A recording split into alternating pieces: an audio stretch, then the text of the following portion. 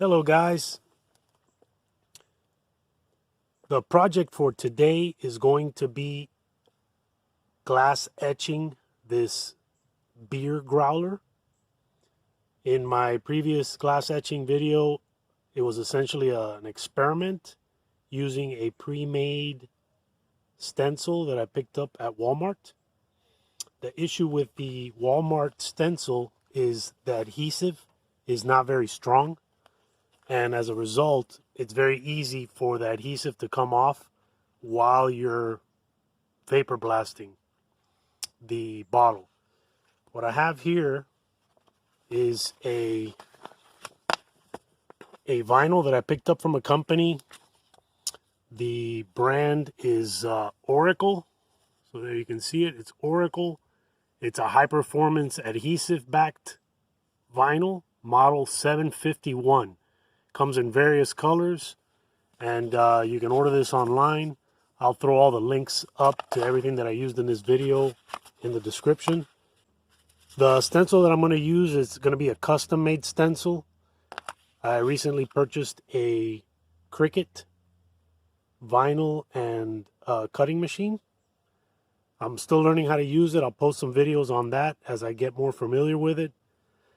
This growler is about $30 retail, and we're going to engrave it and double the value. So this will be a $59.99 growler, custom made just for this customer. And I'll show you how I set up the stencil. So if you look on this side, so this is what I'm going to stencil into the bottle. So again, it's that very strong adhesive.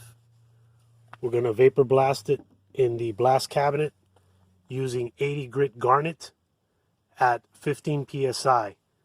Nozzle distance has to be about 8 inches away to keep it from lifting the vinyl.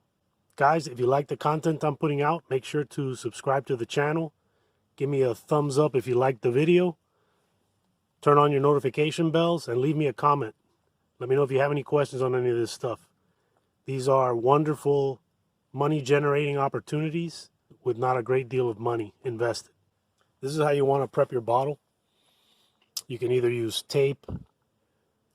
I wouldn't recommend bagging the whole bottle. I've tried this before, and if you bag the whole bottle and just leave this part out as you're moving the bottle around to etch the glass, you'll wind up lifting the vinyl with the bag that's attached to it.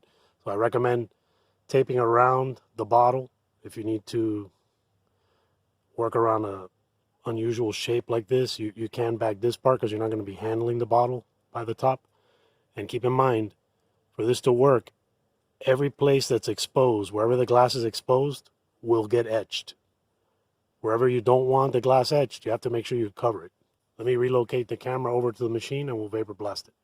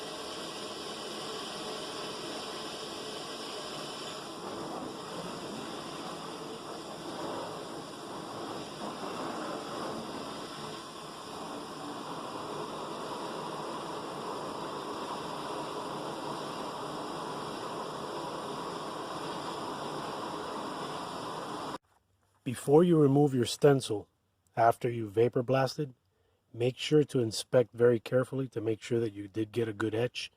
The best way that I found to do this is to let the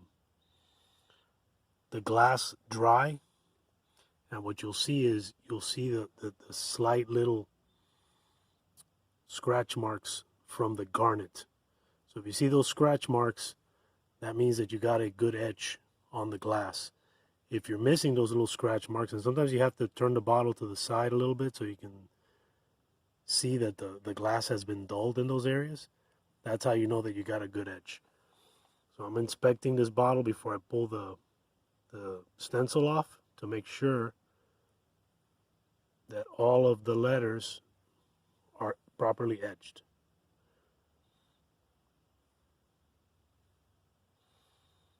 Okay, it looks like right here I missed a spot. So if you look closely at the 17,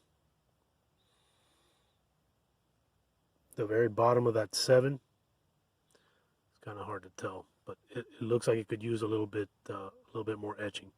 So I'm going to try to hit it from an angle and make sure that I got it all. There you have it, all completed.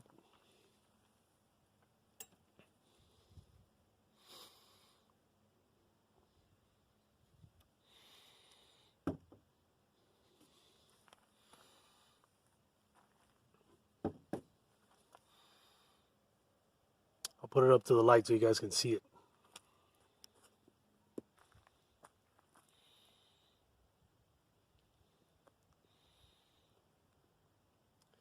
Thanks for watching.